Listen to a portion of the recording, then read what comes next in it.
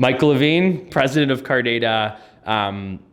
I manage the product, engineering, finance, and HR functions within our organization.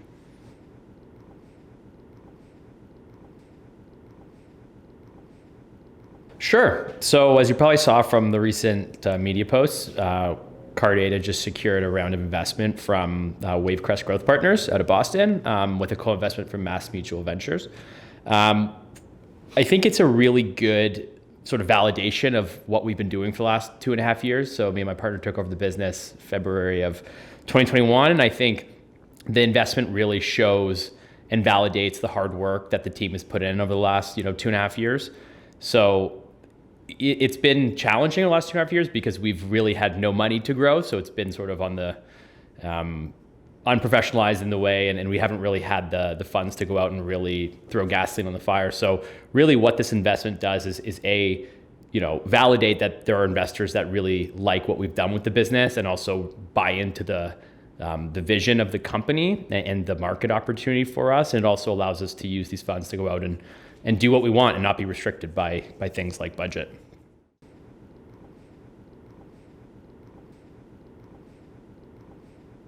With the funding will come a growth in both our product and engineering teams. And I think the way our product development lifecycle is going to change is really bringing the user and our customers to the forefront of the process. So really, I think changing where we built what we thought customers would want and using our customers to tell us what we want. So I think really changing the way we think about product and build product will be important in our next phase of growth, and really bringing the user and the customer to the forefront of everything we build. So unless users and customers are explicitly telling us they want something, we will likely not spend the time to build it. So user feedback is going to be very, very important for our product development going forward, as well as just general usability studies, because sometimes you think something may work well, but you roll it out to people or users and it doesn't. So really leading with user experience, usability testing, and just customer feedback is going to be key to everything we do.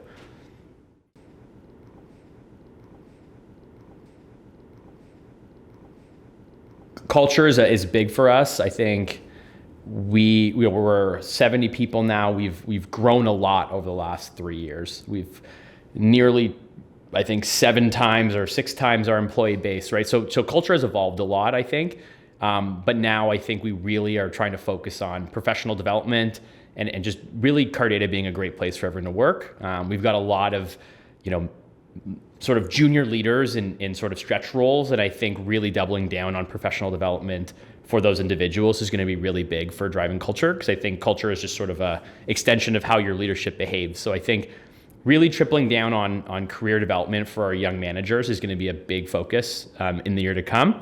And just general cultural initiatives. I think we're sort of slowly coming back to the office, doing more in person, which is a big culture driver. So really trying to double down on doing more in-person events to foster our culture will be important as we grow.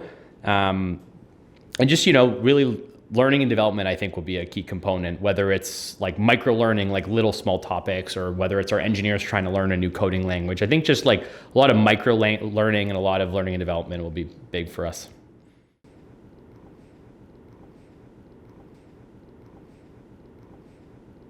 Yeah, so with the new investment, it's going to be a lot of product and engineering. I think we have always been a little handcuffed based on how expensive tech talent can be. So I think the investment helps us really open the floodgates to what we can hire for and really allow us to bring on more people and sort of top tier talent. Our plans really are going to be to grow our product team, grow our engineering team, other departments as well, but those will be the 2 major focuses with the sole intention of building the best reimbursement solution out there and really trying to innovate, right? So I think we want to do more than just reimburse people for our mileage. We've got a lot of interesting ideas, and we're ramping up our recruiting team, our HR team, and really the goal is to double those teams over the next 12 months.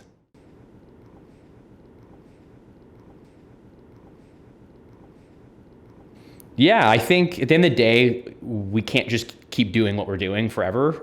We'll become commoditized and it'll be a race to the bottom on price. So I think we really want to build products that the users are asking for and that the customers are asking for. And ultimately, everything we do will be with the lens of like, how do we make the lives easier for our users, right? So how do we save them money? How do we give them hours back in their day? Things like that. So I think all of our innovation is going to be how do we do what we do and do it slightly differently. With really the intention is just we want to make lives easier for our users, because I think that's been a missing piece in this industry forever. It's been very company focused. How do we save you money? How do we save you money? How do you save you money? But all of our future innovation is going to be around how do we make the lives better for our users.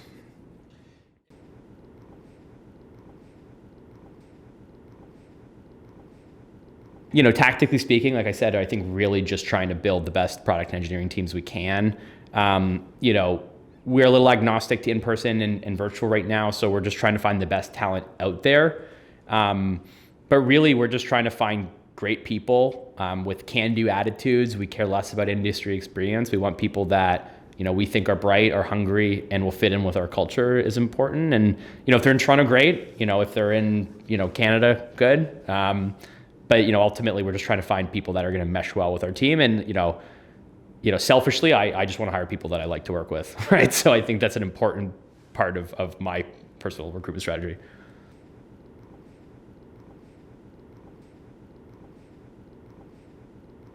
Yeah, I think ultimately, private equity investors are smart people, right? They don't invest in companies where they don't see a clear market opportunity and a compelling product, right? So I think the investment signifies one, there's a lot of market for our product, right? That's a big one. Two, we've got to be doing something right.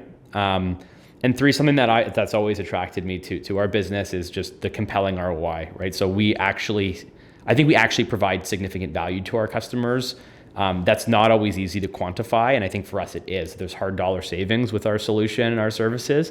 So I think when investors are investing, and writing big checks for businesses, it's because the product solves a problem, and there's a lot of people to sell it to, right? So I think we've got customers that like us, we help them solve problems, they stay with us, and there's a lot more out there that we can bring on.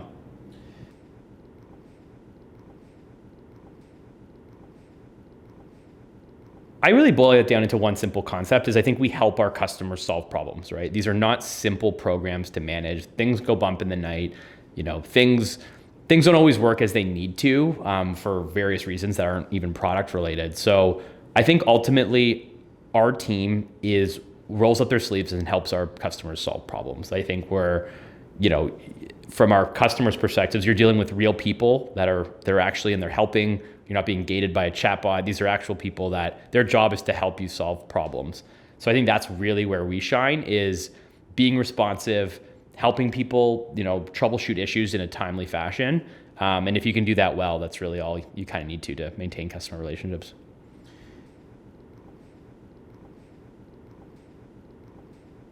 I'm really excited because we now have, I would think about it as we just raised our Series B, right? We've identified product market fit. We've built a good product. We've got to where we are, and now it's really, how do we've led with sales and we've led with service, but now how do we lead with product? How do we build the best solution in market? How do we build features that customers want, that customers will pay for, that actually add value to their users and their organization?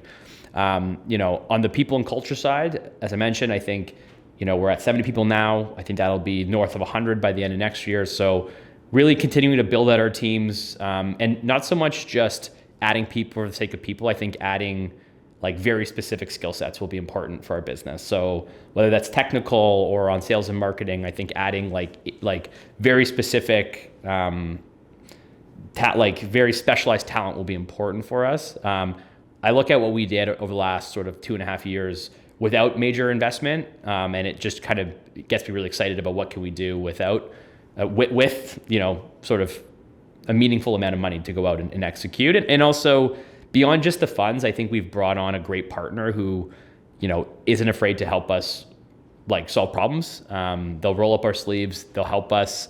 They've sort of been there, done that with many other companies.